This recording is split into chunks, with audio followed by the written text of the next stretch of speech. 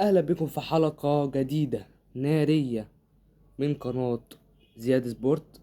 اتمنى من حضرتك قبل ما ابدأ الفيديو اللايك الجميل والاشتراك في القناة لو لسه ما عملتش، ودوس الجرس عشان يوصلك كل جديد.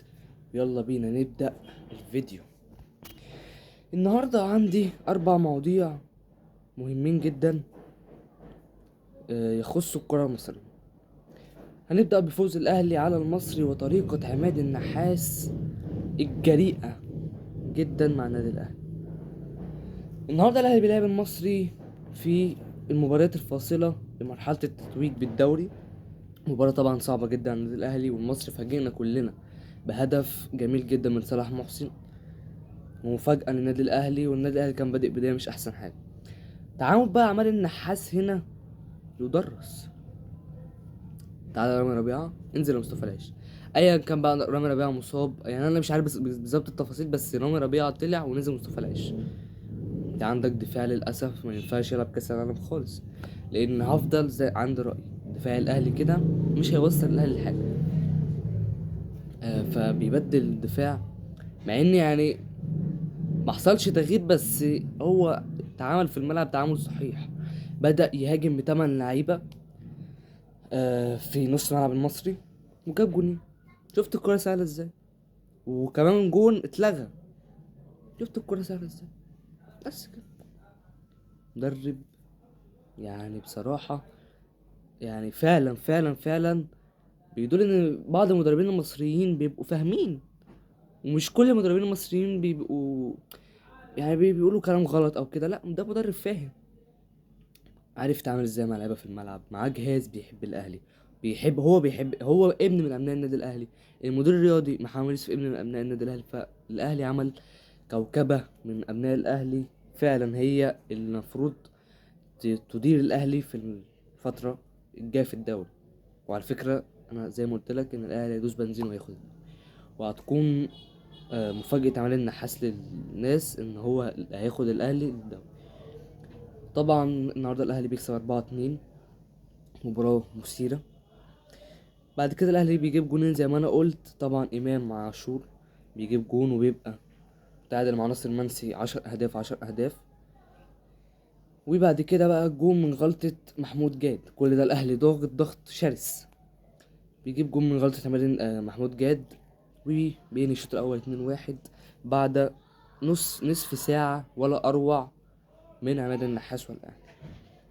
نيجي للشوط التاني، الاهلي برضو استحواذ، مسك الكورة والمصري متراجع، لان نسبه جلبان برضو ما عندوش الخبرة كمدرب ان هو يلعب الاهلي. عماد النحاس بقى عنده خبرة ان هو يلعب الزمالك نفسه. فالاهلي بيجيب التالت، طبعا جون يعني وسام فاول. يعني وسام مهاجم تحس ان هو الجون حتى اللي اتلغى بص طالع ازاي، مهاجم يعني جامد جدا فعلا. جون من الاهداف الاوروبيه اللي بنشوفها في اوروبا.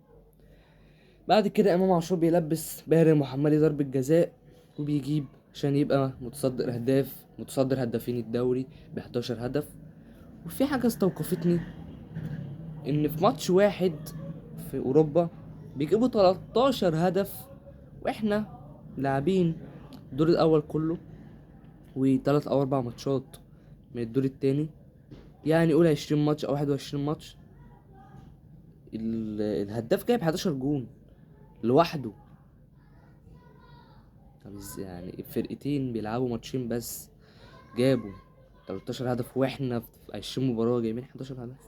وده بيدل على الكواليتي برضو يا جماعة، بيدل على الكواليتي. تعالى بقى الاهلي بين المباراة 4-2، وبيبقى متصدر الدوري بفارق نقطتين. وطبعا بيراميدز لازم يكسب بكرة عشان يبقى معاه 50 نقطة ومتقدم عن الاهلي النقطة. قرار بقى لجنة التظلمات النهاردة وبيانه، يعني مفيش جديد. المفروض ان القرار كان هيطلع النهارده، اجلوا القرار ل 15 مايو.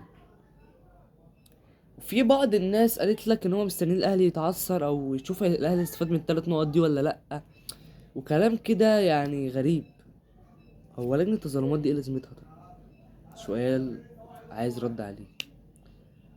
ايه لازمة لجنة التظلمات لما هي مش عارفة تاخد القرار او خايفة تاخد القرار؟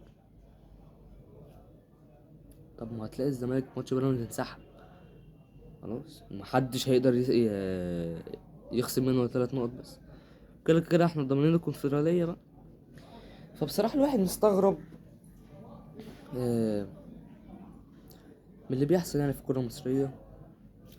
طبعا تحرك الزمالك هيبقى بعد يوم 15 مايو، لو قرار تأييد للرابطة هي الزمالك بقى زي ما قلت هيروح للمحكمة الدولية الرياضية ويقدم شكوى.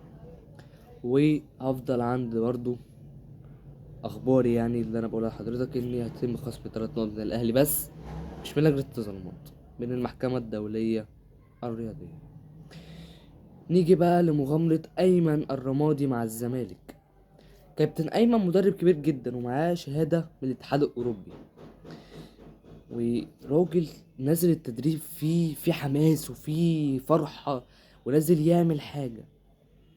الراجل النهارده في المؤتمر الصحفي بيقول لك انا سعيد ان انا افتخر امام نفسي وامام اولادي وامام اسرتي ان انا افضل نادي الزمالك. بعض الناس بتقول لك ان هو اهلاوي.